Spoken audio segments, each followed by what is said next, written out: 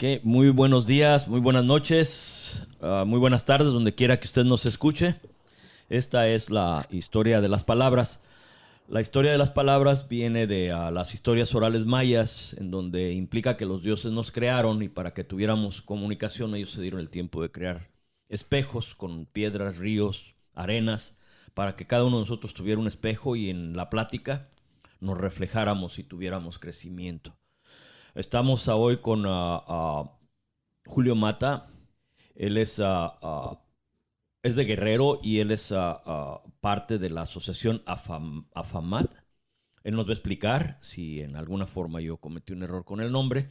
Julio, por favor, dinos algo fuera de tu figura pública, una referencia personal de dónde eres, dónde estudiaste, qué te llevó a hacer esto, algo que nos dé una familiaridad con tu persona. Bueno, buenos días o buenas tardes a todos. Ya nos dice bien Antonio, dependiendo de donde estemos. Bueno, yo soy Julio Mata Montiel.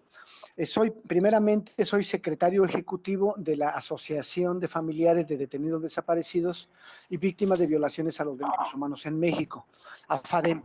Como AFADEM somos parte de FEDEFAM. FEDEFAM es Federación Latinoamericana de Asociaciones de Familiares de Detenidos Desaparecidos, que es una organización regional latinoamericana. Yo aquí en esta federación soy vocal de comunicaciones. También me toca representar al Consejo Federal Ejecutivo Nacional e Internacional del Frente Mexicano Pro Derechos Humanos. Sus siglas son FREMEXDEU. Aquí soy vicepresidente en esta asociación. Esta es una asociación muy vieja, muy antigua, que surge alrededor de los 1951, por ahí así. Es una de las más antiguas en México en la defensa de los derechos humanos. La fundó Benjamín Laureano Luna. También me toca ser coordinador en este momento de lo que es la Alerta Temprana Red.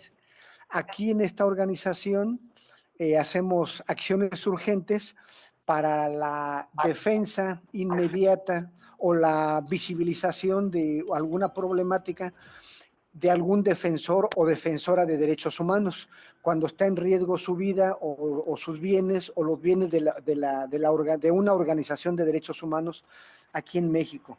Y tenemos contacto a través de la alerta temprana con un sinfín de, bueno, más bien intentamos tener el contacto con todas las autoridades nacionales para poder llamar la atención de alguna problemática en ese sentido, y también con organismos internacionales defensores de derechos humanos.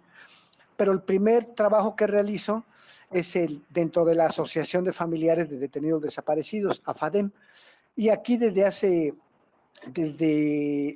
el 2009, no sé si recuerden ustedes, tenemos una sentencia internacional en contra del Estado mexicano por el caso de la desaparición forzada a manos del ejército mexicano de Rosendo Radilla Pacheco. Rosendo Radilla Pacheco fue detenido desaparecido por el ejército mexicano el 25 de agosto de 1974. Se lo llevan al cuartel militar. Ahí lo obligan, él era cantautor, escribió corridos como son los corridos, refiriéndose a la problemática social del momento, y le escribió corridos a Lucio Cabañas, a Genaro Vázquez, a los problemas sociales, y por eso se lo llevaron, y él fue presidente municipal de Atoyac de Álvarez. El 25 de agosto se lo lleva al ejército, lo llevan al cuartel junto con 470 personas de ahí de Atoyac. Ahí lo torturan, lo obligan a cantar sus corridos y hasta el momento no sabemos su paradero. El ejército sabe dónde están, pero hasta el momento no nos revela el paradero. A pesar de tener una sentencia internacional en contra del Estado mexicano, el Estado mexicano se niega a revelarnos el paradero real de todos los detenidos desaparecidos en México, incluyendo a Rosendo Radilla Pacheco. Mira, ahí disculpando mi falta de atención, pero está conmigo también el maestro García. Él es maestro retirado de una universidad. Maestro. Buenos días, retirado y jubilado de la Universidad Estatal de Northridge, en el Valle de San Fernando. Y pues somos aquí los que tratamos de figurar qué o cómo crear un diálogo en donde tratemos de tener un mejor entendimiento de lo que pasa alrededor de nosotros. ¿No me diste alguna situación personal tuya? ¿Dónde naciste? ¿Dónde estudiaste? ¿Qué te llevó a hacer este trabajo que en ocasiones tal vez ponga en riesgo tu vida? Bien, yo soy trabajador social. Aparte tengo estudios soy técnico en computación, maestro de fotografía, practico la fotografía, maestro de artesanías en piel y cuero. Pero en los años 90, en los años 80, perdón, yo trabajaba en el Instituto Nacional de Educación para los Adultos. Ahí intentamos hacer el sindicato independiente de los trabajadores de educación para los adultos. Y dentro de ese proceso fui despedido y posteriormente fui perseguido. En ese momento ya nos clasificaban o nos catalogaban como terroristas. Me quisieron acusar o me acusaban de pertenecer a un grupo terrorista. Y empieza una persecución, secuestra a la policía judicial a uno de mis hermanos, y yo me doy cuenta en ese momento, y desde ese momento no me paro en mi casa, y del 90 al 96 fui perseguido, tenía yo vigilancia en mi casa, con mis padres, a mi esposa, a mis hijos. En algún momento, bueno, como en 3 lugares diferentes intentaron detenerme. Afortunadamente me di cuenta porque gente de ahí de la zona llegó la policía a preguntar y me informaron. Entre el 90 al 96 me anduve escondiendo, y luego en el 96 yo me sumo al trabajo de esta asociación, que en ese momento se llamaba Comité Nacional Independiente Pro Defensa de Presos, Perseguidos, Exiliados y Desaparecidos por Motivos Políticos. Entonces me sumo a este trabajo en 1996, el 30 de agosto, el Día Internacional del Detenido Desaparecido, y desde ese momento me quedo a trabajar aquí en la asociación como voluntario. Todos aquí, perdón, en la asociación somos voluntarios. Ese sería un poquito así como mi llegar aquí a la asociación. Uh -huh. En lo que, pues yo soy originario de Jalisco y, dime, soy originario de Jalisco y en lo que recuerdo, en los 70s, la persecución era gente que en alguna forma empezaba a pensar contrario al Estado, pero eran las personas que generalmente únicamente andaban rastreando, buscando. Y ahora parece que esto es un poco más generalizado. La desaparición forzada es más preeminente y por motivos tal vez ya no tanto políticos, sino económicos, de explotación o robo de recursos. ¿Cómo, ¿Cómo ves tú esta perspectiva o cómo fuimos llegando a ti aquí desde que tú ser un perseguido político? Bueno, es cierto lo que dices. En los años 70, 80, el principal motivo, o más bien la identificación que tenemos de los desaparecidos, nosotros incluso así lo decíamos, desaparecidos por motivos políticos, pero igual los torturados por motivos políticos, los asesinados por motivos políticos y los presos por motivos políticos, en ese momento así lo definíamos. En estos momentos pareciera que cambia la forma de verlo, la parte de la gente que militamos de alguna manera. Pero exactamente así como lo dices, creemos que es el mismo motivo, el disentir de las políticas del Estado mexicano. En estos momentos, las desapariciones se dan por la apropiación del territorio, se dan exactamente para expulsar a los habitantes de alguna zona, porque esa zona es rica en algún mineral, es rica en bosques, es rica en biodiversidad. Entonces, para adueñarse del territorio, para controlar el territorio, expulsan a la gente, y si la gente no quiere vender su tierra, pues los asesinan, los torturan, los amenazan o los desaparecen. Y esos son los motivos que ahora le llaman por motivos sociales y económicos. Pero yo creo que no dista exactamente, no dista mucho de aquel momento, porque además la cadena de transmisión es la impunidad que existe desde ese momento hasta este momento. Los militares que fueron los responsables de aquellas desapariciones hoy se han convertido en los entrenadores de los nuevos grupos paramilitares. Y tenemos ahí, por ejemplo, el caso de los Zetas, que son fueron grupos contrainsurgentes, pero que se quedaron ya del lado del narcotráfico y entrenaron y ahora siguen entrenando a los nuevos grupos militares, ¿no? Aparte de los israelíes, aparte de los jaibiles y aparte de otro tipo de ejércitos que entrenan a todos estos grupos de narcotraficantes. Yo estuve en 95, 94 ayudando a un periodista de, de México como verificador de datos. Y él me platicaba de que México, después del levantamiento de Chiapas, empezó a recibir asesoría para contrainsurgencia de todo tipo de países. Desde las guerras urbanas de los grupos contra los tupamaros, de los israelitas, de Estados Unidos. De todos lados vinieron a entrenar cuerpos de élite para cualquier forma de subversión o oposición al gobierno, porque la cuestión de la demanda zapatista con las 10 demandas sobre democracia, casa o educación, todas estas demandas ponían en serio riesgo la existencia del sistema, porque ya no lo cuestionaban o lo confrontaban en forma directa, con la guerrilla, con la confrontación, sino ya empezaban a cuestionar su existencia moral y el derecho a su existencia moral, y se prepararon para crear una serie de aparatos represivos. Y todo el mundo le ayudó a México. Y creo que eso vino a nivel global a empezar a crear una serie de policías paramilitares respaldadas por el ejército, que aún no lo usan para reprimir la posibilidad de que la gente en alguna forma empiece a pensar diferente, o si piensa diferente la supriman. ¿Qué piensas tú de este planteamiento, de esta forma de ver las cosas? Yo creo que estás totalmente en lo cierto. Sí, pero no se ha suspendido.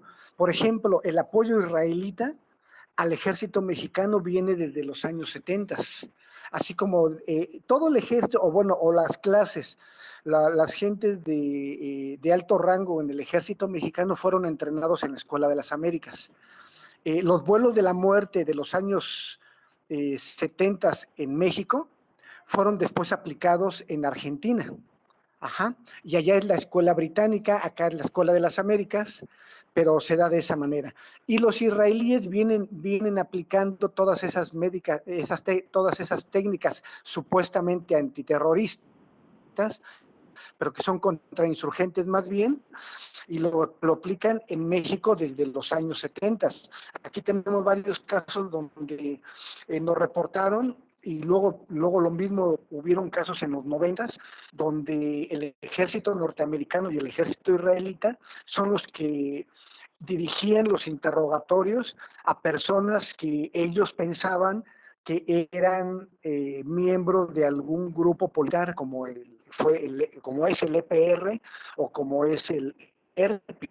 Le tenían y en la tortura figuraban soldados norteamericanos y soldados israelitas. Y los israelíes, como están masacrando y están aplicando todas las técnicas en Palestina, las están aplicando en México, las están aplicando en Guatemala, en Brasil no se diga, y ahorita están aplicándolas igualmente en Bolivia. ¿Sí? Entonces, los israelíes están ahorita fungiendo como ese cuerpo de élite entrenador de los ejércitos contrainsurgentes en diversas partes del mundo. Lo que es una estructura. Sí. Te digo, desde los años 70 hasta este momento. Es una Yo pienso... momento incluso veamos los mecanismos los mecanismos de ejemplo para apropiarse del conocimiento de lo que tenemos en nuestros teléfonos, la inteligencia, es israelita. Y los israelíes tienen muchos avances tecnológicos y lo están aplicando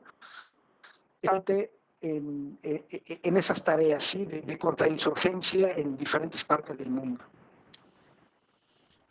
Sí. Yo pienso que la estructura global de poder se asustó por la posibilidad que tenía y que tiene aún la propuesta zapatista de poner en duda la existencia moral del opresor, y se prepararon en varias formas, desde preparar desde aparatos represivos a nivel global y empezar a tratar de disuadir el pensamiento para que la gente no vea qué, cómo o por qué lo tienen sometido. Pero llega un punto en el que esto se hace completamente inaceptable, ya por la desesperación de la gente. Y aunque la gente no tenga preparación política, ni filosófica, ni ninguna forma, de un modo u otro se revela. Y tú ves los rechazos al sistema que se están haciendo casi por instinto en Bolivia, en los lugares que tú mencionas, donde de una forma u otra este sistema como que está llegando a un punto de desgaste, pero bastante excesivo. A ver, Antonio, una cosa, nada más una aclaración. Yo no creo que se hayan espantado, que se hayan asustado. Ese es el papel de ellos, el apropiarse de todo, absolutamente de todo, así como los Estados Unidos sostienen su sistema a través de las guerras, a través del petróleo, de las guerras por el petróleo de apropiarse la biodiversidad universal. Ellos específicamente ese es su papel. Y de manera natural también hay una resistencia de todo el mundo trabajador ante eso, ante esas posibilidades, ¿no? Ante la globalización de ellos, pues nosotros, el pueblo en todos lados, entonces vamos globalizando de alguna manera el despertar y el impulsar diferentes formas de movimiento, formas de resistencia para anteponerla a todos ellos, ¿no? A los que nos están quitando una forma digna de vivir en todo el mundo, ¿sí? Una forma digna de vivir a través de nuestro trabajo. Julio. Pero se han espantado. Ese es el camino de ellos, es el camino de ellos. Bueno, Julio, yo creo que vamos a diferenciar en eso. No sé si me explico. Sí, no, si te estás explicando, pero vamos a diferenciar en eso. La forma que tenían ellos de controlar las cosas era por la situación de la confrontación, un directa a través de guerrillas, a través de la gente que quería derrocarlos. Y generalmente la población estaba ausente de ese debate o de ese intento. Pero los zapatistas lograron empezar a abrir otra fuente donde la gente tenía ya más derecho al pensamiento. Ya no estaba tan sometida internamente o en la aceptación como anterior. Y eso sí los preocupó y tal vez los asustó para tratar de prepararse para una condición represiva a mayor escala, por la posibilidad de despertar de la gente. No sé si dime.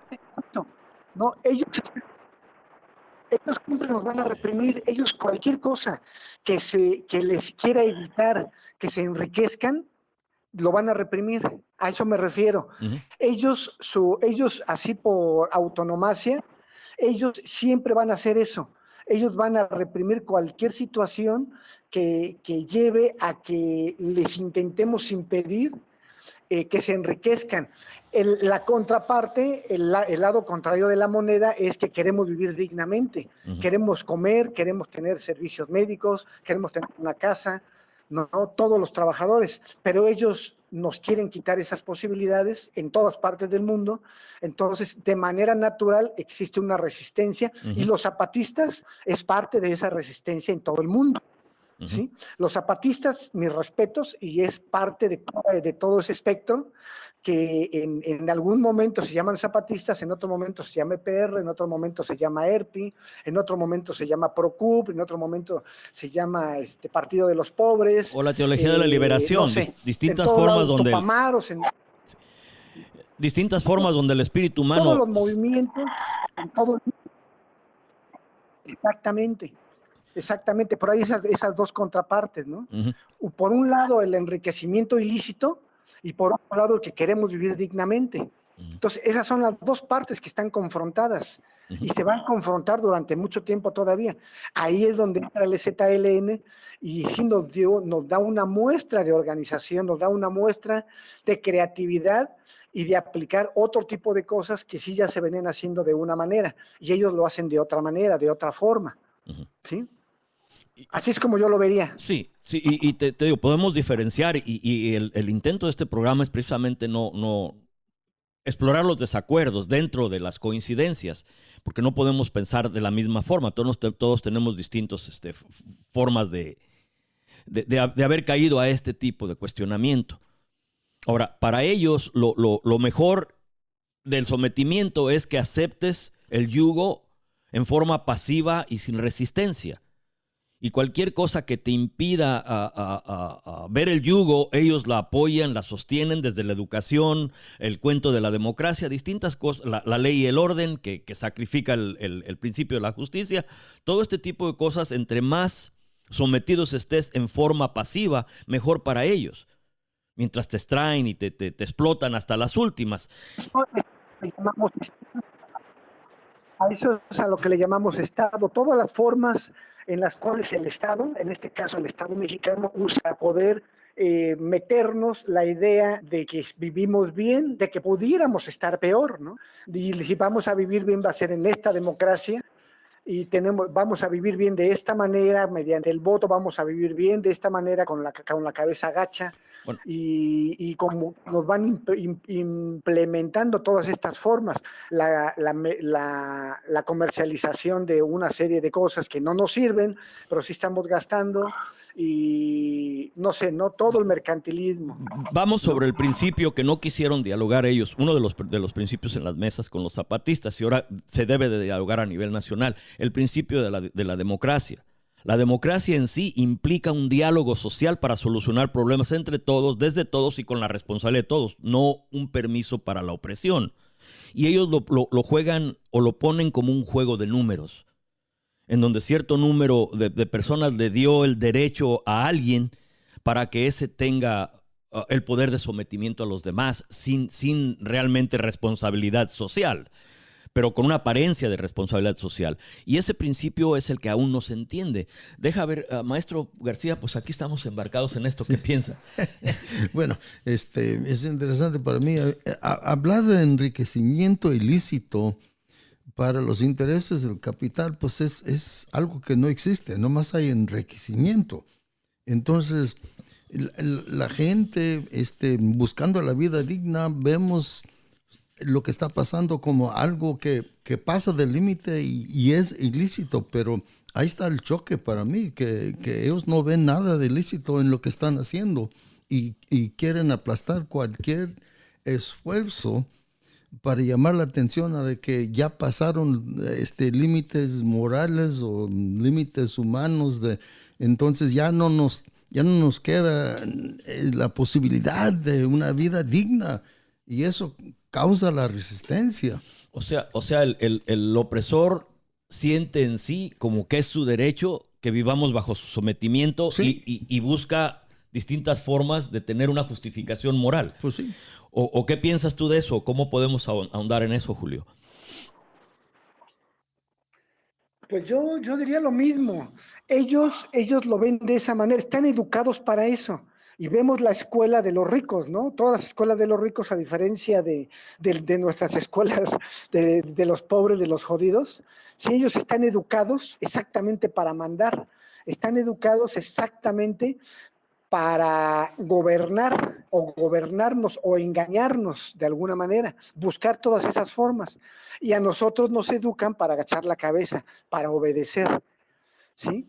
Entonces, es como estamos.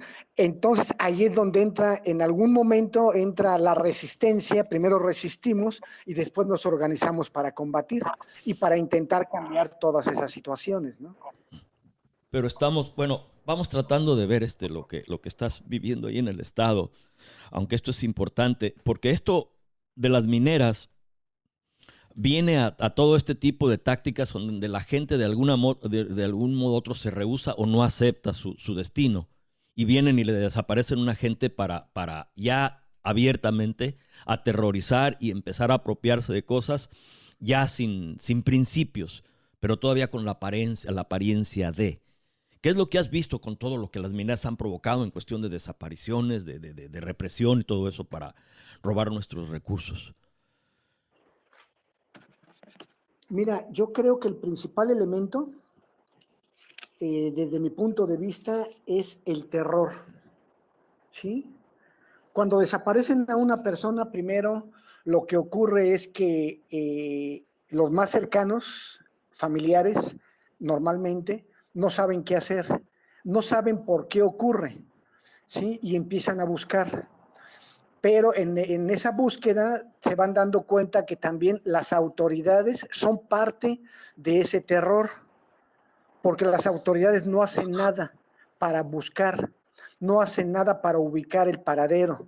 ¿Sí? Lo que llegan a hacer es pedir datos, eso cuando bien te quieren levantar la denuncia porque te quieren luego meter cualquier tipo de figura o de idea, meterle a la gente para que no busque, decirle, no, pues si es hombre, le dicen, no, pues se fue con otra mujer. Si es mujer, no, pues al rato regresa. ¿Sí? Para no levantar la denuncia. Y en México tenemos más de 100,000 desaparecidos, más de 100,000 desaparecidos. Y recientemente, hace 15 días, 20 días, el Estado mexicano, el nuevo gobierno, reconoció que hay 56,000 desaparecidos. O sea, 56,000 denuncias formales por desaparición. Pero el Ministerio Público hace grandes esfuerzos por no aceptar las denuncias.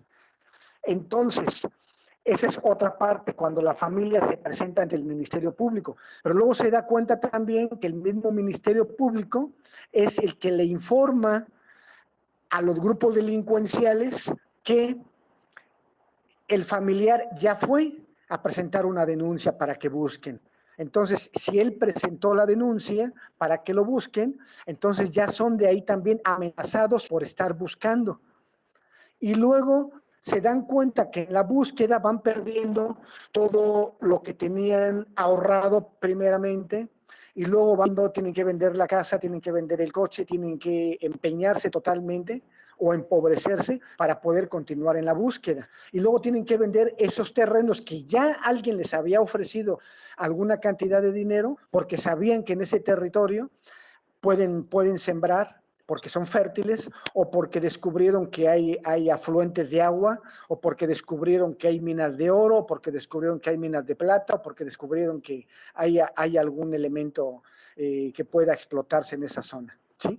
Y entonces se dan cuenta que por todos lados hay una colusión de personas, de instrumentos, de grupos para adueñarse del territorio, y luego se dan cuenta que no están solos, se dan cuenta que el vecino de junto, que el de la otra calle, y cada vez nos vamos dando cuenta que cada vez hay más desaparecidos y más desaparecidos y más desaparecidos, y esto no para, y las autoridades no hacen nada absolutamente, ni por detener la delincuencia porque están coludidos, ni mucho menos por detenerlos, y menos todavía por ubicar a los detenidos desaparecidos. Y es entonces cuando los familiares se organizan para ellos mismos romper con esa barrera legal, esa barrera jurídica que también se hace moral y emocional, de ellos mismos salir a buscar, porque está prohibido salir a buscar, ¿eh?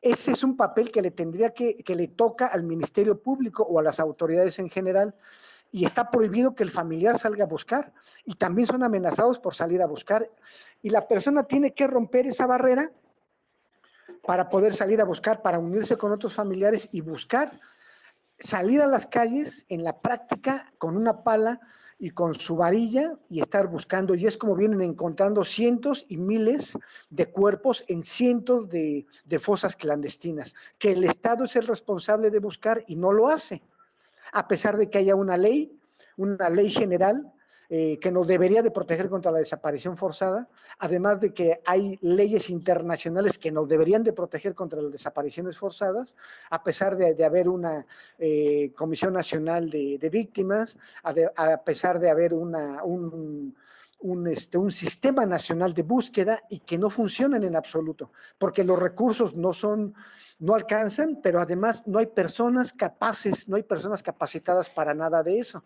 porque esto rebasa las posibilidades reales, ¿sí? Y vivimos una crisis total, una crisis humanitaria en México, una crisis de violaciones a derechos humanos. Y el Estado no lo reconoce, y si no lo reconoce, no hay presupuestos que alcancen o que quieran invertir para poder buscar, para poder detener o para poder evitar el terror que sentimos la mayoría de la población ante todo esto que está ocurriendo en México.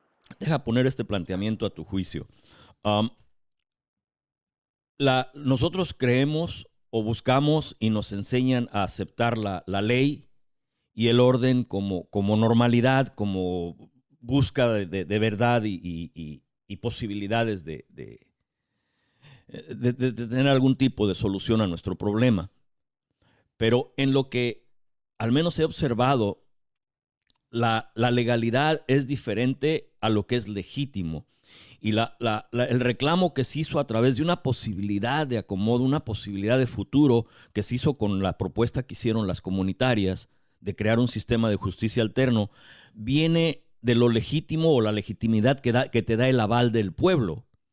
Y la legalidad no viene siendo más que un mecanismo o una forma de manipulación que el Estado ejerce para no confrontar su propia responsabilidad y ocultarse en ellos y darnos a nosotros una falsa perspectiva de acomodo. Claro, mira, ahí lo que pasa exactamente así como lo planteas, ¿no? Las policías comunitarias son elegidas en asamblea pública a mano alzada. Uh-huh. Sí, son representantes del pueblo, pero ahí el Estado mexicano pierde el monopolio de ejercer la fuerza. Por eso impide que existan policías comunitarias y crea otras policías aparentemente comunitarias. Tienen muchos nombres ya aquí en el estado de Guerrero, pero que no son policías que representen al pueblo. Uh-huh. Son grupos paramilitares que representan a grupos de poder en diferentes zonas, a comerciantes, a no sé, ¿no? Gentes que ejercen. Lo que se logró con el sistema alterno que lograron las policías comunitarias o las comunitarias en sí, al menos por 17 años, fue una posibilidad, una semillita que podría y puede germinar, porque el proceso está ahí, los principios y formativos están todavía presentes. Pero también tanto internamente como externamente fueron tratados de ser diseminados o minimizados para que no florezcan. Pero la posibilidad y el proceso está ahí. Es como ver de que las fallas humanas, los líderes que pierden piso, situaciones que yo he visto con líderes que de un modo o de otro se extravían y empiezan a endiosarse de sí mismos y se sacrifica el principio. ¿Cómo empezar tanto los intereses del Estado como las deficiencias de nosotros nos den una posibilidad de crecer en esto? Tienen al menos en Guerrero o en las comunidades indígenas, tienen la figura de las asambleas y las formas de crear este tipo de legitimidad que te da la conciencia común. Pero aún como que no alcanzamos a entender la importancia de ello para nuestro propio futuro como nación y tal vez como ejemplo a posibilidades en otros lugares. ¿Qué piensas? Mira, aquí en el estado de Guerrero hay una ley, la 701, que permite esto que tú planteas. Legalmente ya está, ¿sí? Pero el propio estado pone trabas para que se aplique, por un lado. Por otro lado, también volvemos al principio, a uno de los planteamientos iniciales. El estado está para eso. Él se protege a sí mismo y él tiene muchos mecanismos para hacer eso que tú planteas, el corromper. Y uno de esos es la corrupción, la cooptación. Te cooptan a través de dinero, te cooptan con una palmadita, te cooptan con un cafecito, con atenderte en una asamblea, con una beca. Hay muchas maneras de cooptar a la gente. Desde comprarte o alimentar tu ego, ¿no?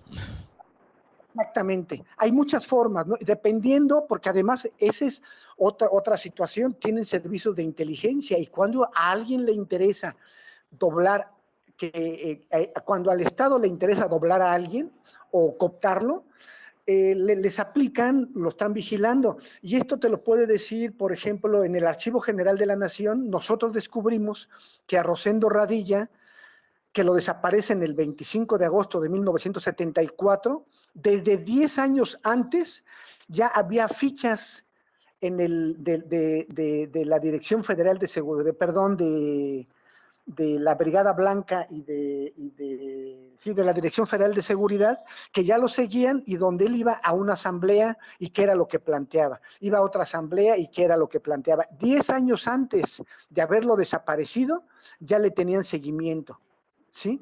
Entonces, ahora, en este momento, a pesar de que hayan desaparecido el CISEN, segurito que esto lo están grabando y saben perfectamente cuáles son tus deficiencias, saben cuáles son tus necesidades, saben cuáles son las mías, saben cuáles son mis necesidades, y por ahí te van a llegar a ti y por ahí me van a llegar a mí.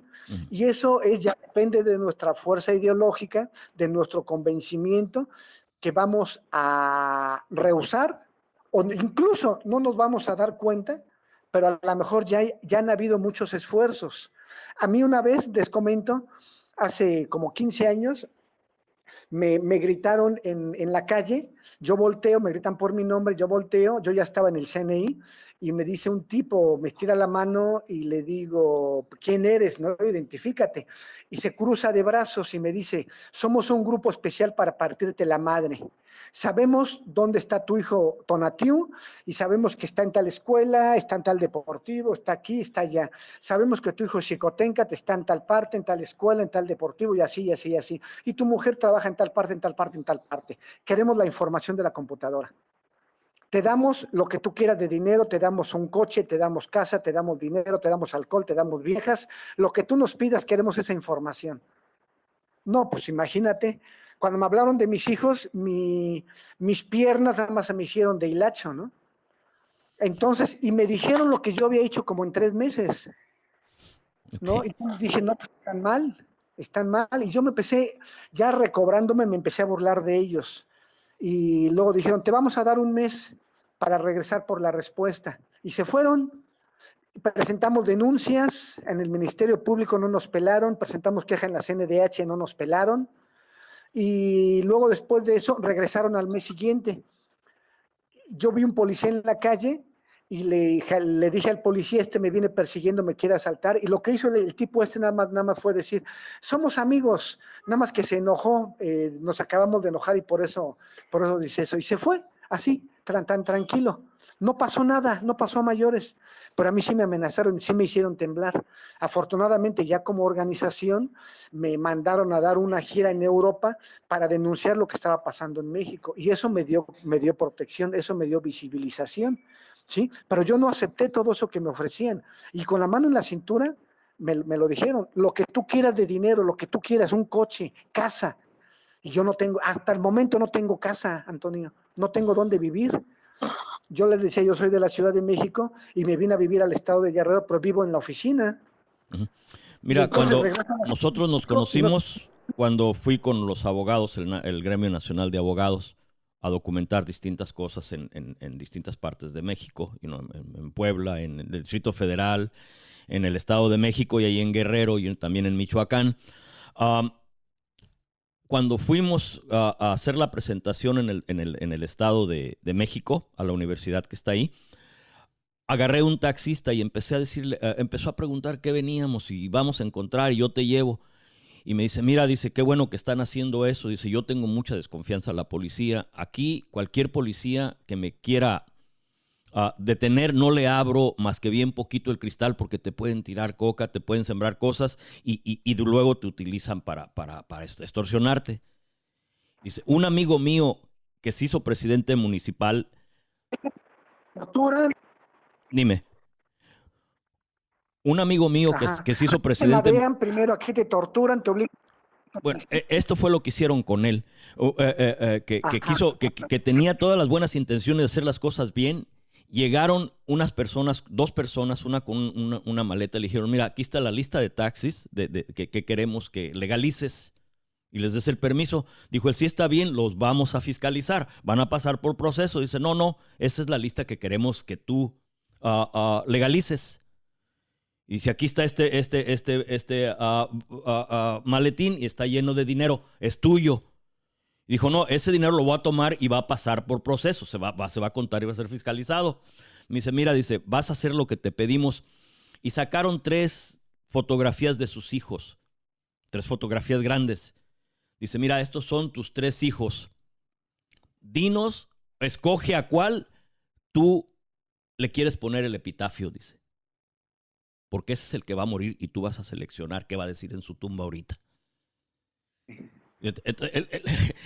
El chavalo se asustó y tuvo que ceder porque no acabó de recuperarse del susto. Entonces, ¿plata o plomo? sí, ese es el nivel en el que estamos tratando de cambiar las cosas. Ese es el nivel en donde en alguna forma tenemos que recuperar hasta... Antonio, dime. Antonio, ¿qué pasa con García Luna? Uh-huh. ¿Qué pasa con García Luna? ¿Dónde estaba? Todos los casos que hicieron a través de Televisa, ¿sí? Son falsos. Hay miles de personas encarceladas que los torturaron, los obligaron a firmar confesiones y tienen 10, 15, 20 años encarcelados y ahí están, ahí siguen todavía. Ajá. ¿Y qué pasa con Medina Mora? Es uno de los jueces que fue impuesto también por Peña Nieto, que afortunadamente ya lo obligaron a renunciar, aunque no lo va a aceptar el nuevo gobierno, lo obligaron a renunciar porque está en investigación también, ¿no? Pero exactamente lo que tú dices, así estamos, así hemos estado durante los últimos 50 años, ¿sí? Y eso es lo que tenemos en este momento. Y esa es la resistencia que en todos lados, todas las organizaciones del pueblo estamos impulsando. Ni un paso atrás. Creo que difiero un tanto en ti en ese sentido, porque las personas que tienen ese nivel de cuestionamiento son muy pocas. La mayoría en sí ha encontrado en un ícono una especie de salvador donde derroga su responsabilidad social para cambiar esta situación.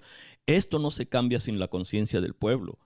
Y la conciencia del pueblo está sometida todavía a este tipo de procesos donde tú tienes una esperanza en algo que al final tal vez te sacrifique por cuestión de que no eres contabilizable para los grandes intereses de tanto nacionales como internacionales. Es cómo... Pero vamos al ejemplo que tú ponías, ¿sí? Este padre de familia, ¿qué va a hacer ante la amenaza de que le asesinen a sus hijos? Uh-huh. ¿Qué va a hacer ante una persona común y corriente ante la amenaza de que no tiene para comer? Ajá. Entonces, tenemos que ver también ese tipo de problemas.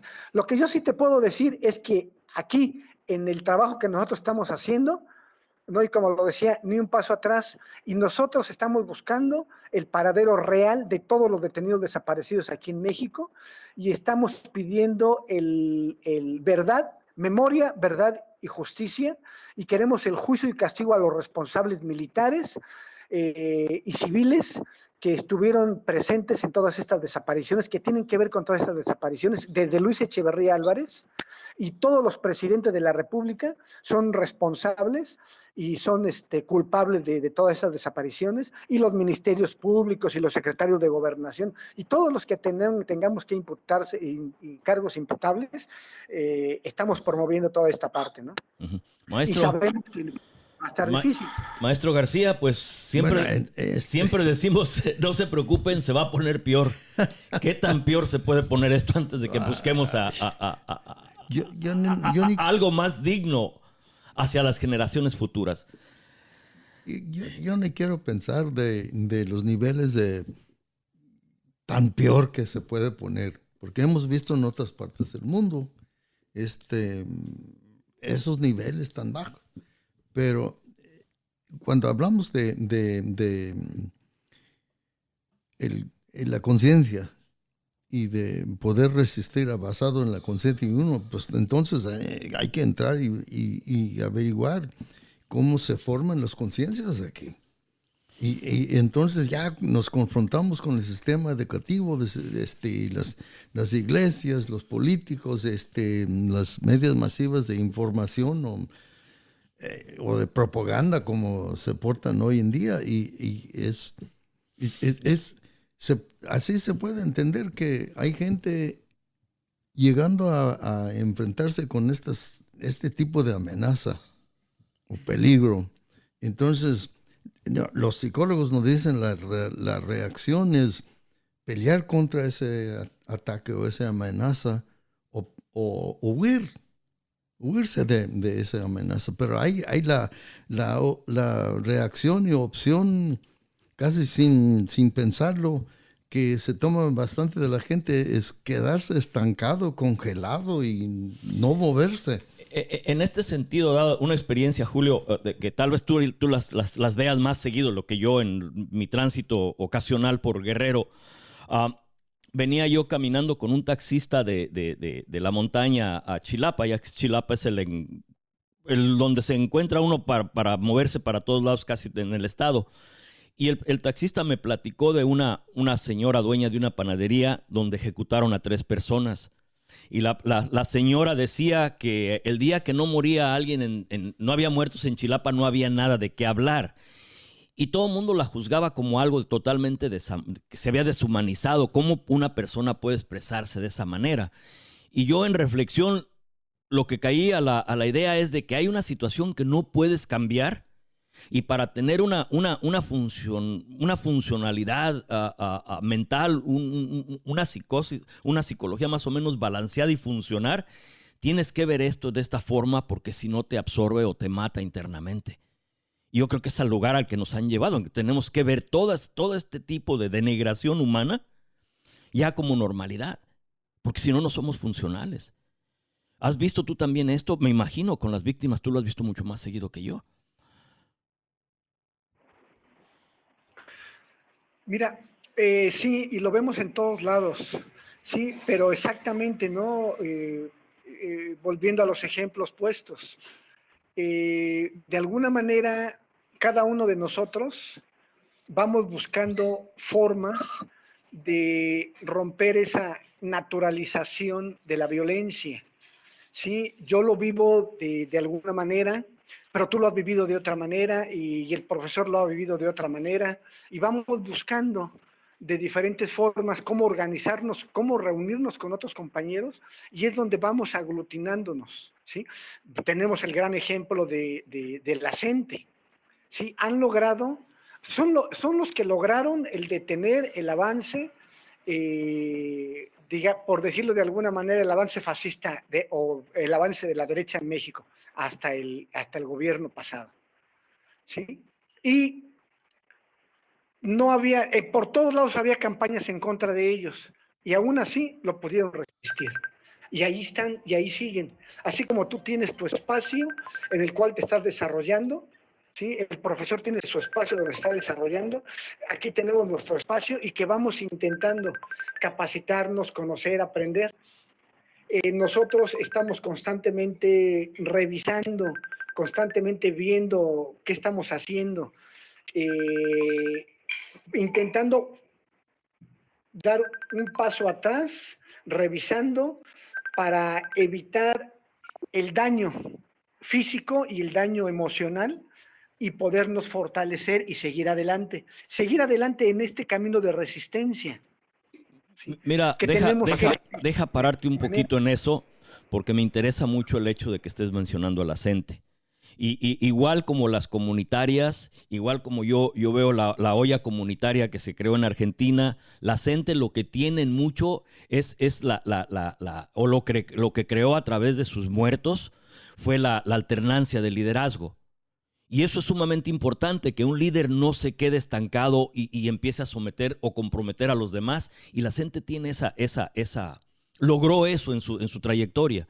No he logrado explorarlo. Las personas que he tenido de la CENTE, las veces que he hablado con ellos me dicen que sí, pero igual no me dicen cuándo. Y si quisiera yo explorar con alguien de la CENTE es eso que ellos crearon, porque es una posibilidad que limita mucho la pérdida del ego y que también prepara a las organizaciones para resistir a largo plazo, al no tener un líder estable, sino tener una rotación de liderazgo que impida que en ocasiones el ego le gane al individuo. Sí. ¿Qué piensas? ¿Me podrías tal vez podríamos trabajar para tratar de ver si te tengo una llamada y la quiero cortar para ¿Qué piensas? Podrías tal vez, porque eso también es importante, las formas de resistencia, las diferentes formas como hemos creado posibilidades desde nosotros mismos. Yo creo que sí, y Ujú. yo creo que tenemos que trabajarlo, ¿no? Yo insistiría en eso, es muy importante ubicar nuestras propias formas de resistencia. Sí, es diferente, por ejemplo, nosotros lo vemos, nuestra asociación de familiares, hay principalmente mujeres, habemos pocos hombres, pero eso es en toda la República Mexicana, son principalmente mujeres las que están al frente de las búsquedas. ¿Sí? En la gente, esa forma de resistencia que ha perdurado ahorita y desde sus inicios, ha dado por resultado esa fortaleza, que es un ejemplo para todos, ¿no? Sí habríamos que explorar esa parte. Yo no he estado mucho en las asambleas con ellos, ¿no? Pero sí sería importante que buscáramos cuál es el embrión de eso, ¿no? Es A que todo manera de esto se tiene buscar que explorar, tanto los procesos de asamblea que llevaron las comunitarias, la olla comunitaria que se desarrolló en Argentina bajo un asedio económico severo, y esto de la CENTE, en donde la alternancia del liderazgo, todas son componentes importantes de cómo el espíritu humano lucha contra sus circunstancias, y tenemos que explorarlo. No todo es desgracia en nosotros. Entonces, el tiempo está ya bien limitado. ¿Hay algo que tú quisieras recabar sobre esta conclusión, sobre esta plática, o algo que tú quisieras sintetizar? Y no nos quedan unos cuantos minutos, unos 5, 6. Es lo que más trabajo me cuesta sintetizar. Mira, yo creo que lo más importante es, o una de las partes más importantes dentro de todos estos procesos de lucha, es el darnos cuenta que estamos resistiendo. Pero cómo fortalecer estas resistencias desde nuestra fortaleza individual, o más bien de otra manera, planteándolo de otra forma, cómo nos fortalecemos individualmente desde lo físico y lo emocional para poder fortalecer a nuestros colectivos y poder salir a luchar y fortalecer esa resistencia más amplia. Pues, maestro, ¿qué Y piensa? tiene que ser una resistencia amplia, porque hay gente que al buscar la forma personal de resistencia, nomás agarran su campito y no ponen atención ni esfuerzo y nunca se ponen a pensar y cuestionar qué es lo que estamos resistiendo. Bueno, ahí... Pero dime. yo creo que la situación más bien es que no nos podemos ver fuera de un colectivo. Si nos fortalecemos nosotros, fortalecemos nuestro colectivo. Si nuestro colectivo está fuerte, nosotros estamos fuertes. Sí. Entonces, es dentro de eso que yo hablo de la resistencia personal, no de forma individual, no en el individualismo, No. sino dentro del colectivo. Fortalecerme dentro del colectivo es fortalecerme a mí y fortalecer Sí. al colectivo. Yo siempre digo que somos socios en la lucha. En lo que he andado escarbando yo, leyendo aquí, leyendo allá y preparándome como he podido ahí, como mejor uno puede, con las curiosidades que uno tiene. En un lugar leí yo que lo más importante es la realización, y es lo menos significativo, la realización de que algo está mal y se rompe con el pensamiento impuesto y empiezas a cuestionar. Y de ahí empiezas a ver de que hay una colectividad que está buscando lo mismo que tú y no sabía que existía. Y de ahí hay una condición más universal que nos une a todos. Hay ciertos principios que nos abarcan a todos, pero no los alcanzamos a ver hasta que decidimos romper con el pensamiento impuesto, con la domesticación a la que nos han llevado a cabo para aceptar lo inaceptable. Estamos en crisis y no hay de otra más que romper con todo eso. Bueno, pues Julio, yo te agradezco mucho y vamos a ver cómo nos ayudamos, porque la intención de este programa es tratar de ver qué y por qué pensamos como pensamos. Cómo en esta forma, al ver y analizar, tal vez rompamos con algo, que nos ayude a ir a ver un poquito más lejos de donde estábamos. Y es la intencionalidad. Este programa, si hay desacuerdos, tenemos que explorarlos, porque al final hay coincidencias vistas de distintas formas. Hay distintas experiencias que nos llevan a cuestionar desde distintos ángulos, y todos los ángulos son importantes. No aceptarte a ciegas. Si yo hay algo que tengo una duda, echarla fuera y contrastarla para ver qué y cómo sacamos una mejor conclusión de la mutua experiencia. Esta es la intención de este programa. ¿Qué se logre? Pues no sé. ¿Qué locura se pueda crear o hasta dónde lleguemos? Pues tampoco sabemos. Dinos, Julio.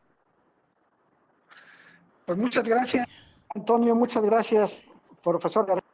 Y pues ahí estamos nosotros, ¿no? En esta lucha. Algo que no comenté, algo que se me pasó, es por ejemplo el que aquí en Guerrero estamos formando algo que le llamamos Frente Guerrero por nuestros desaparecidos. No somos un frente, somos un grupo de colectivos que nos estamos juntando, específicamente intentando ver esas diferencias, y dentro de esas diferencias, qué es lo que nos puede unir para lanzar una sola lucha por la presentación de todos los detenidos desaparecidos en México. Pues muchas gracias, Julio. Maestro, ¿algo que quiera agregarle en estos últimos minutos? También dar las gracias a Julio por participar y por informarnos, por retarnos hasta cierto punto. Bueno, pues esta fue la historia de las palabras. De nuevo, en este programa lo que intentamos es tratar de ver por qué pensamos como pensamos. Tal vez en retar nuestro pensamiento logremos algo que nos ayude a cambiar la realidad propia y tal vez la global. Tal vez nos encontremos con los demás. Muchísimas gracias, Julio. Hasta luego, Antonio. Hasta luego, profesor. Hasta luego. Bueno, gracias.